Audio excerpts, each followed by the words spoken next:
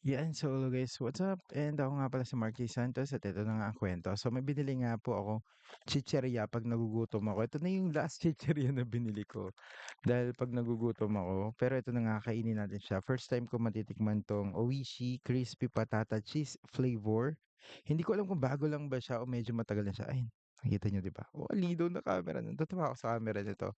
So, nagagamit ko na siya now. Medyo nakakatuwa lang. Pero ito na nga yung Oishi Crispy Patata Cheese Flavor. So, yung itsura pa lang ng packaging niya. Gusto ko itsura ng packaging niya kasi makikita mo naman talaga sobrang kulay and 'pag nakita mo talaga siya in person parang maku-curious ka, "Ano kaya lasa nito?" Pero siyempre mahilig din tayo sa cheese flavor.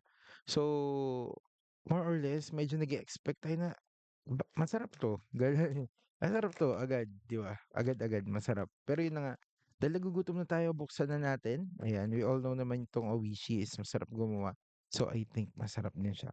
Wait lang, ang hirap niyang buksan, Packaging niya 1 to 10 nasa ano siya sa'kin, nasa 8 or 9 gano'n. Ayan. Uy, amoy clover siya, amoy clover siya pero crispy patata. Mukha din siyang ano, 'di ba? Ayan, hmm, hmm, yung cheese niya, hmm, ano na yung aso ko, hmm, okey na rin yung cheese niya actually. Hindi siya masyadong maalat. Actually, yung lasa niya, para siyang ano, kulang. Wait lang, para siyang kulang sa cheese, gano'n. Medyo kanapos siya sa cheese dito. Marami ko natikman na ganito, na 'pag kinain mo lasang-lasa yung cheese, pero ito, medyo konti pa, dagdagan niyo pa yung cheese.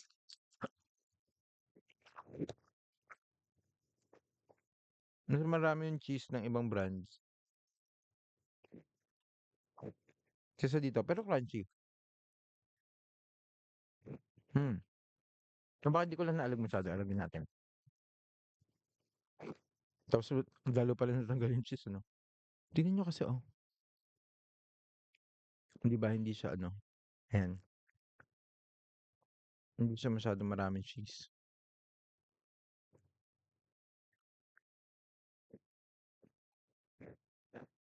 Although mura lang naman 'to,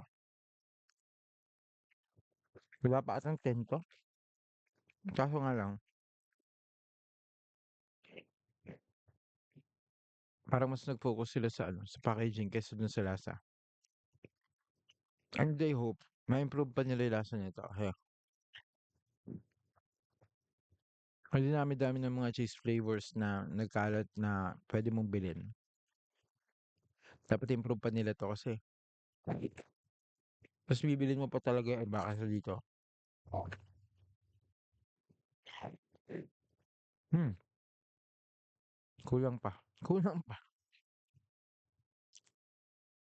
Lasa niya for me, in terms of parang hindi ka magkakaroon ng kidney, problem, nasa ano siya, nasa mga 8 gano'n or 9. Since hindi magkakaroon ng kidney problem, dahil hindi siya maalat. Now, kung base sa lasa niya,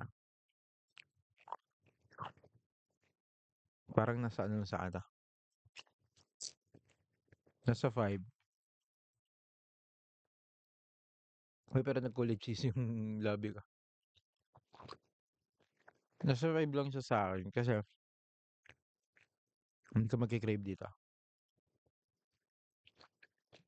Pero maraming tao 'di ba mga may gusto sa ganito, ganito lasa yung parang hindi naman siya maano,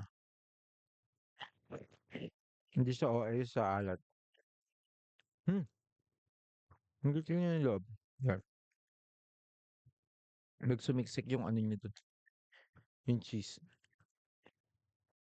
Tingnan natin, kainin natin yung medyo cheese niya dun. Hindi talaga. Actually, kung i-describe yung cheese niya,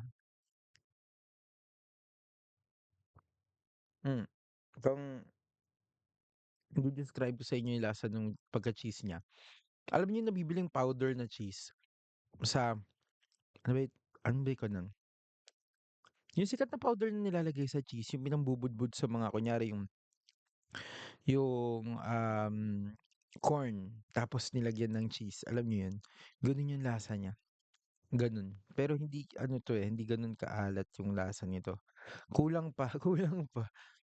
I mean, i-develop niyo pa ng konti, ayan, crispy patata, kulang pa yung lasa niya. Pero hindi naman masama yung lasa niya, medyo ano lang nga lang, kung nilagay niyo yung cheese flavor, sana naman lasang-lasa naman yung cheese, pero hindi, yun lang. So yun lang guys yung, review natin. Okey na rin, napawi na rin yung gutom ko dito, mura lang naman. So siguro hindi na tayo magrereklamo masyado. Kaso nga lang, nagreklamo na tayo. So magreklamo na, tuloy-tuloy na natin 'to, ba't 'di pa tuloy. Pero yun na nga, maraming salamat guys and, ingat kayo palagi and shoutout din sa mga kaibigan ko diyan sa TikTok. Hi, hello sa inyo. Yun lang, itadakimasu, irashaimase, and kita-kita ulit tayo sa another vlog po natin. Yun lang, bye-bye, and kung nagustuhan niyo 'to mag-comment, mag-like, and mag-subscribe na nga po kayo at i-hit niyo na po yung notification bell para ma-updated kayo sa lahat ng ating mga videos and of course, share niyo na lang sa mga kamag-anakan niyo para naman mapanood din nila. Ayan, so yun lang, that's our honest review sa Oishi crispy patata flavor, yung cheese flavor nila. Yun lang, maraming salamat and thank you.